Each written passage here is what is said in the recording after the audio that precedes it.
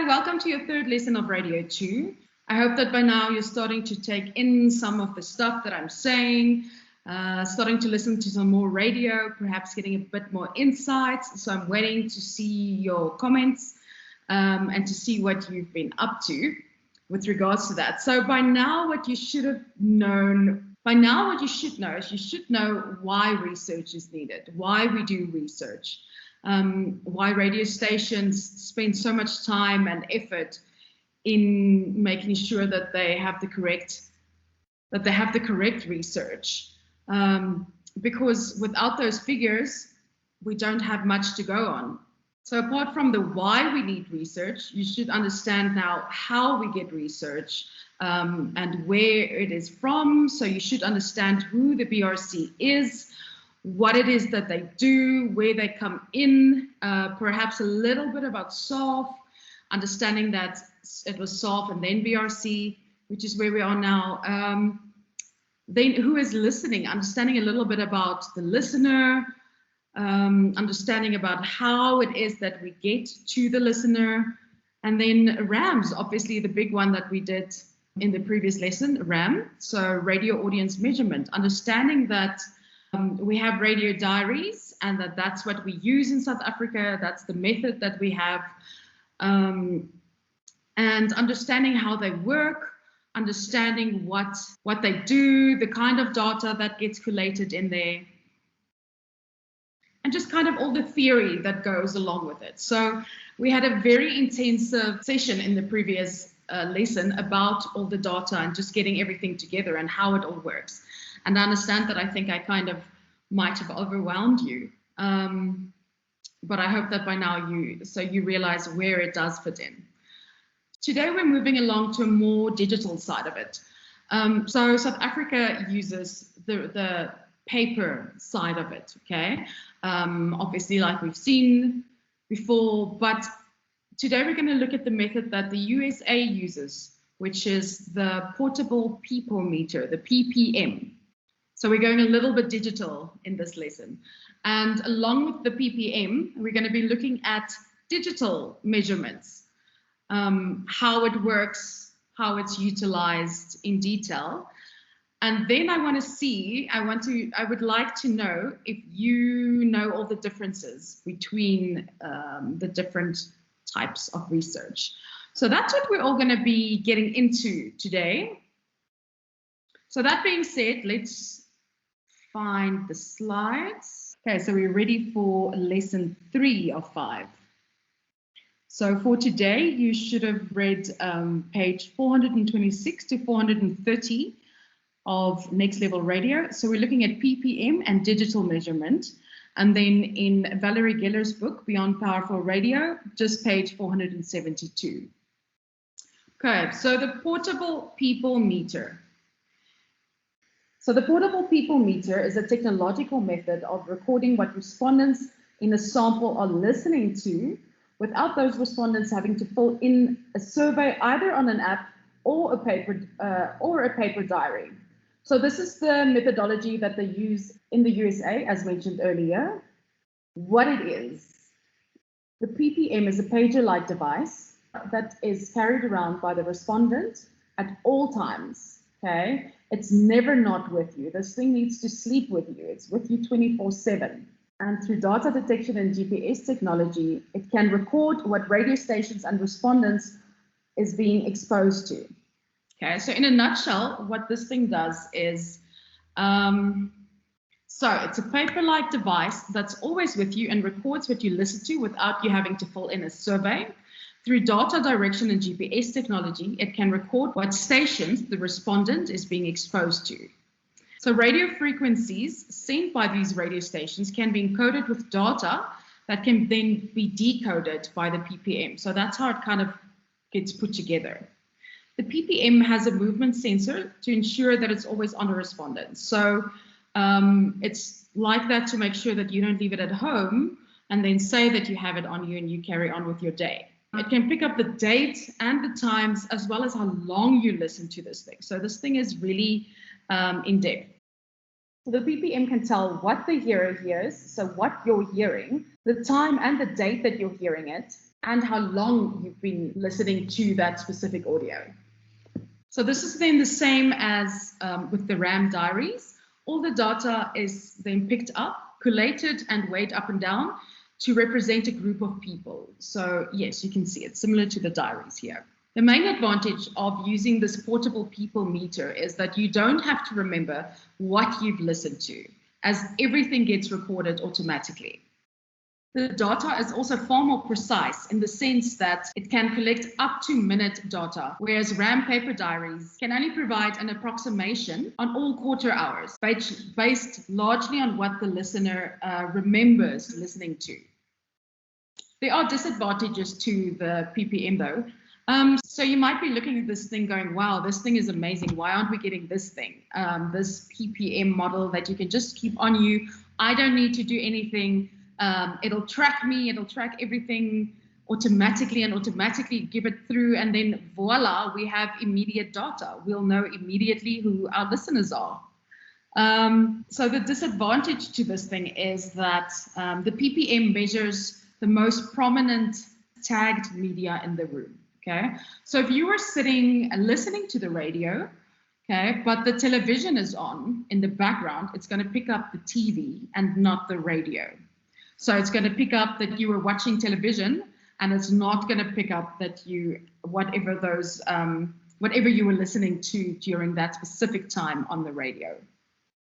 So the other thing of the PPM is if you've fallen asleep with it on, and you toss and turn a lot in your sleep, it's still going to pick you up. So it's still going to track that you're listening and that you're moving. So it'll still pick up your movements.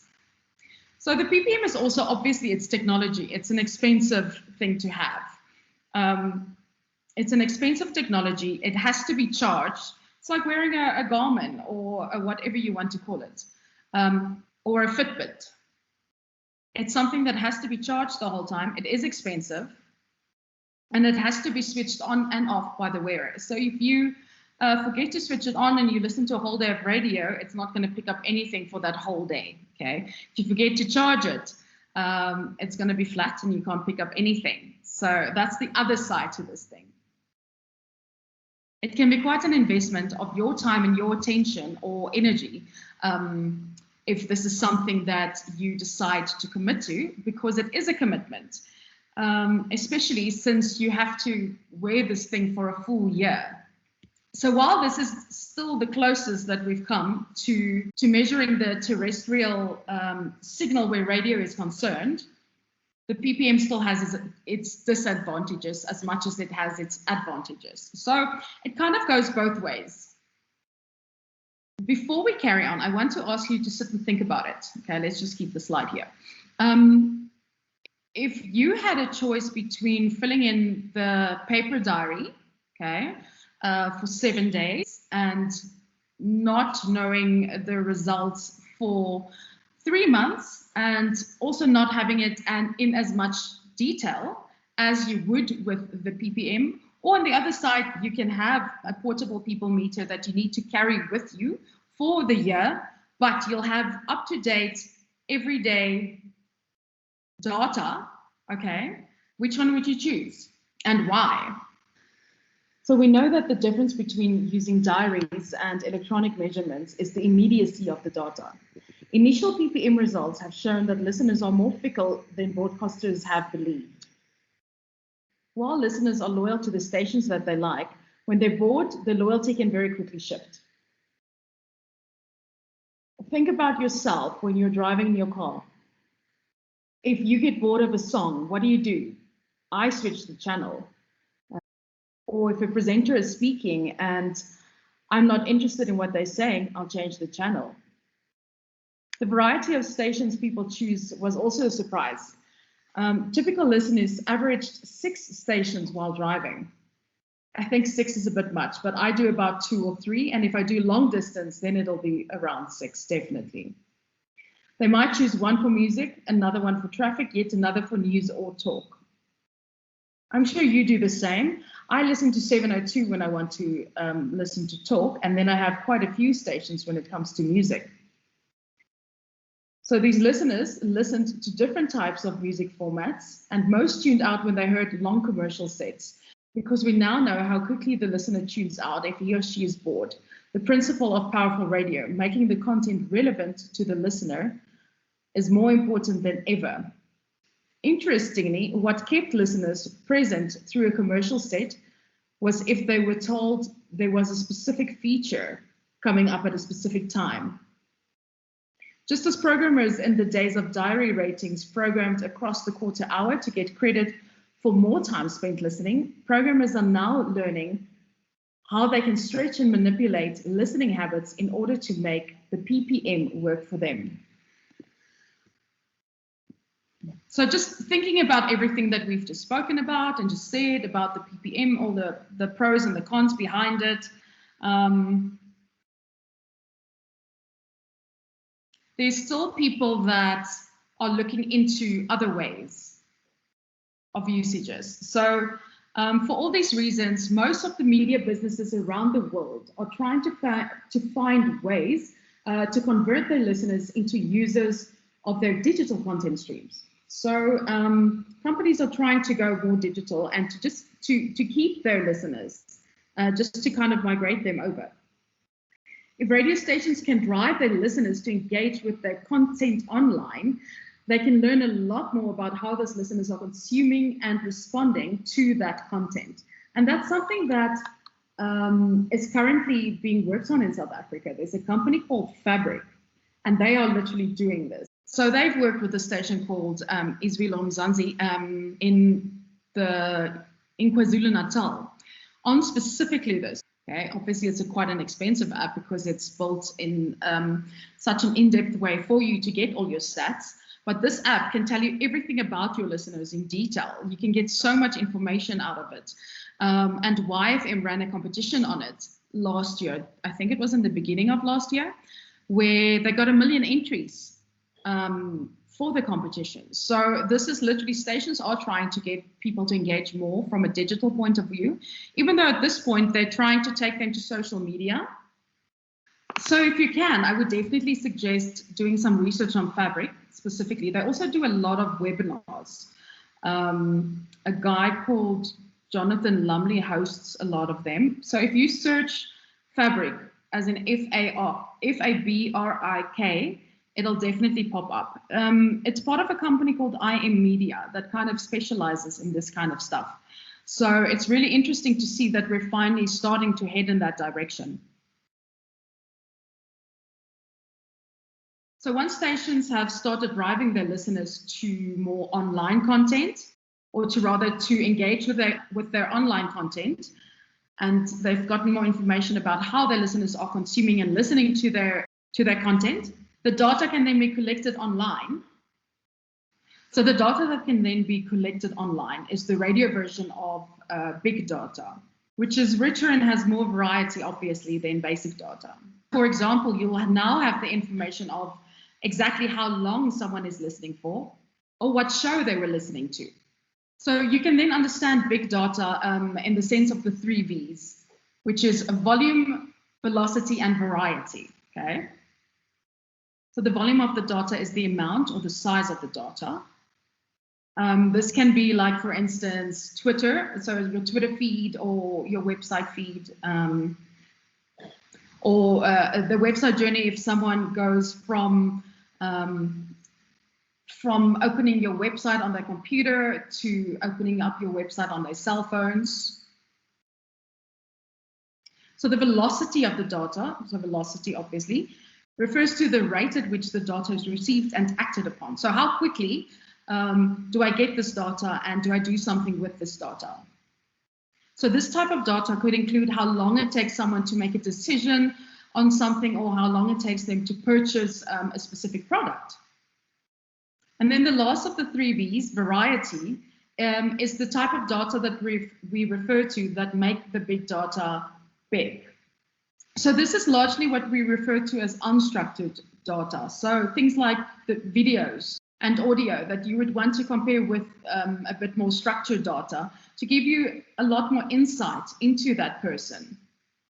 So you can see that if we can get someone to listen to radio online, if you can move your listeners to online, it makes them as audiences much more measurable and much easier trackable. This also makes them way more valuable for advertisers, as big data enables the station to understand their audiences better and better, which is obviously what the advertisers are looking for at the end of the day. They would love to talk one-on-one to their actual audience. So digital content streams on the whole is obviously a way that radio stations are really trying hard to go at the moment. And I think this is something that in time will definitely assist radio stations with their listenership figures, just understanding them better, which means that from a programming point of view, they can then build their programs better and bring in extra revenue. And now moving from that into digital measurement. So when we start looking at digital measurements, firstly, digital data measurement is extremely versatile, and it can range from geolocated data, where a person is listening from, to rich data that contains a media owner's personal info. Don't confuse big data with rich data, okay? So rich data, your personal information can be in there, like for instance, your cell phone numbers, your ID number, your email address, even your social media handles, things like that, okay? Geolocated data, you would have seen there's been a lot of people in trouble in the past with photos being posted with their geolocated data on. Obviously, if you take a photo with your live on, then it can show people your geolocation also. So obviously want to be careful about. But getting back to the rich data, the value of getting this kind of information, so the value of collecting such rich data and cross-referencing it then with other sets of information, which you might already have, is that they can begin to tell stories about the users. Think about it for yourself. If I now have access to all your details, to your social media handles, so I can go and see who you are, what you're interested in, all your information like that, so I can know if you travel, where you're traveling to, what kind of things do you buy, what kind of food do you like eating, are you a cat person, are you a dog person, what kind of ads will work for you.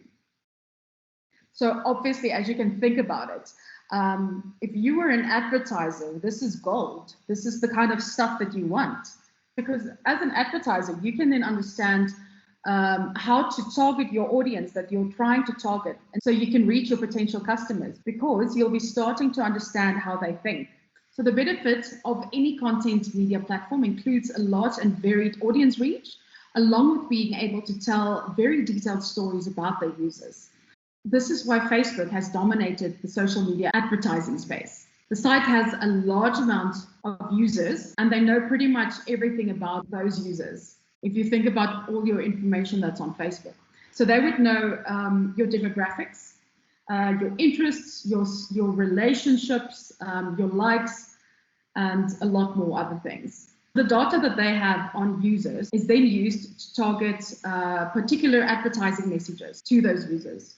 So the data that, for example, Facebook has on its users is then used to target particular advertising messages to those users and prevent the advertiser from spending money on users who would not be receptive to the message.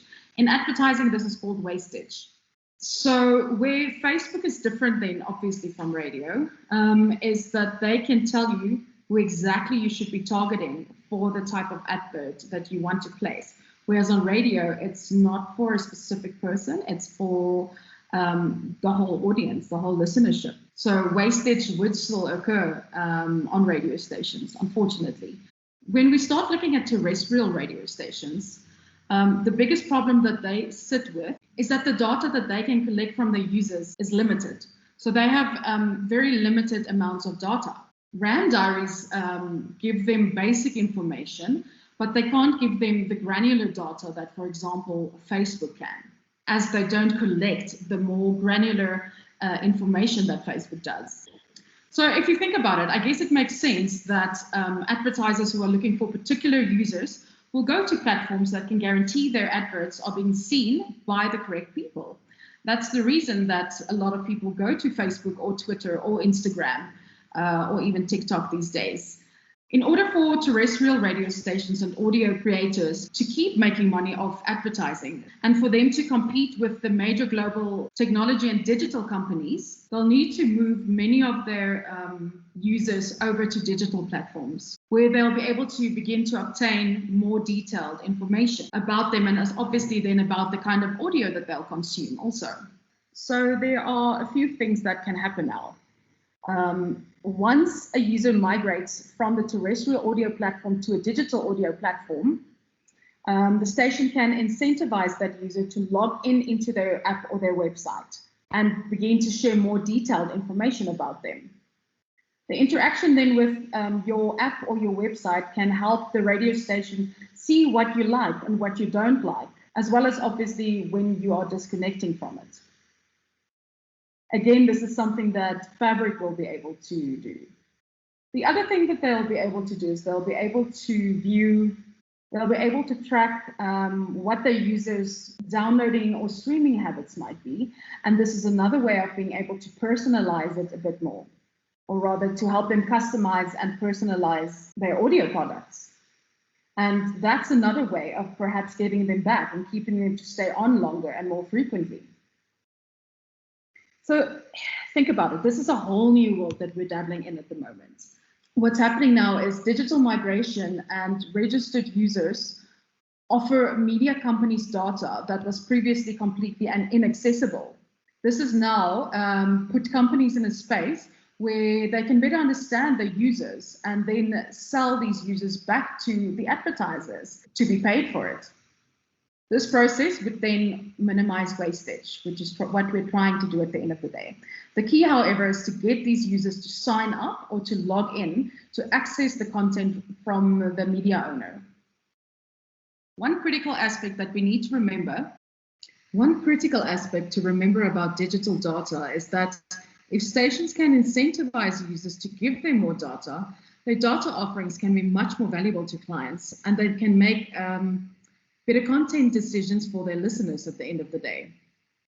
Another important source of data is the social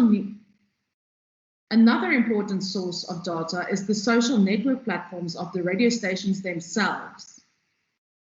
Each radio station utilizes social media platforms to share, advertise, and promote content and to engage with their listeners. These pages are monitored, populated, and managed by the radio station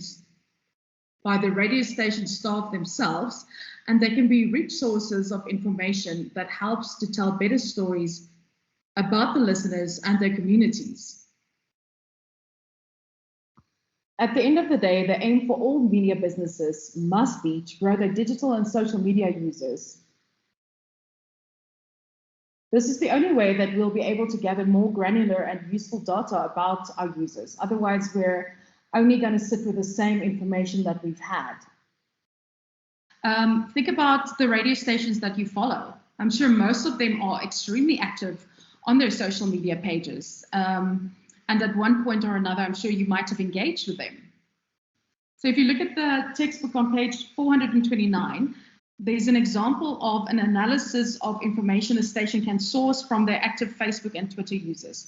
So this social media report specifically showed that they had quite a young audience, so 15 to 24. Second largest was 25 to 34. So this is obviously a youth radio station. Audience was 66% female. Okay, so you could get quite a breakdown of it to see where they're based. You know that the users are concerned with their career, with property renting and buying, with car buying, investing, starting a family, holidays, entertainment and friends, music, movies and series, and making money. You know that they want to know about the government, law, politics, etc., etc. You understand that they have the latest technology and devices. I'm an Apple fan, by the way. But yeah, so you're starting to get a bigger picture about them because you have your main content interests, and then on your other side, you have your granular topics. So you can go a lot more in depth here. So if I think about the radio stations that I worked with when I was still at the advertising agency and even my company that I run now, we work with about 90 radio stations and their listenership figures are massive. These stations are growing their audiences on all their platforms. And it is a way that we are starting to engage with them a lot more, is by utilizing their social media pages. So if we take all of this together in summary, the future of digital radio is to use digital measurement data to enable radio programmers to understand each listener. This is so important. This is 100% the way that we're going. Through this data mining, station management will be able to target individuals directly. So I can sell you exactly what it is that you want. They'll then be able to substitute music for more preferred customized playlists and be better able to understand their target markets through their other web-based activity and use of social media and e-commerce. So this is kind of what the future of digital radio will look like.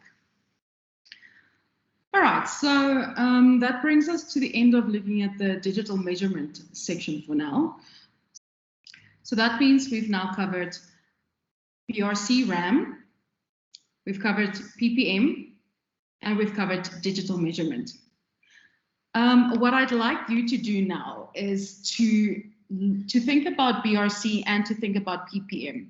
Firstly, what do they stand for? What do they do? Secondly, okay, in detail. So obviously 1, paper diaries, 1, technological little thing like a pager device. And I want you to think about them in terms of differences and similarities. What are the differences and the similarities? So the difference with, so one example, for instance, here under BRC versus PPM differences, BRC has quarterly results, PPM has immediate results. BRC, it's paper, PPM, pager-like device. BRC, you write down 7 days worth of listening. PPM monitors it for a year. Okay, I want you to keep doing that because obviously there are more. And I want you to think about this in detail. And then I want you to think about the similarities. I didn't put anything in there yet because this is actually something I want you to do and to think about and to go and sit and do. But one example, let me just help you a little bit, would be, for instance, the data is picked up, collated, and weighed up and down to represent a group of people. Okay, that's one similarity between them. So that's just something I want you to think about in detail. Is this something we would have done if we were all in class together? Obviously, we're not. So now it's becoming you do it. Then lastly, what I want you to do, yes, unfortunately, it's homework. If we were in class together, then we would be doing this together, but now it's for you to do, please. For you to do. If you go to page 427, there's a section at the bottom called Activity 11B. I want you to answer both of these, please, and send these through to me. So the first one that you're going to answer is to provide an innovative idea to get listeners to move from listening on an FM radio station or platform to a radio station's mobile app. Explain how you plan to entice the users to log into the app and to provide their email address and cell phone number. And number 2, discuss the advantages and disadvantages of utilizing PPM technology in South Africa. Consider how PPM measurements would differ. Consider how PPM measurements would differ from the current paper radio diaries that are in use. So the idea is just to get you thinking about what other options do we have in South Africa, especially now with regards to COVID and not having had any stats for almost a year. Okay, so I want you to do that as well. And then that's that. Then I'll see you for our next class.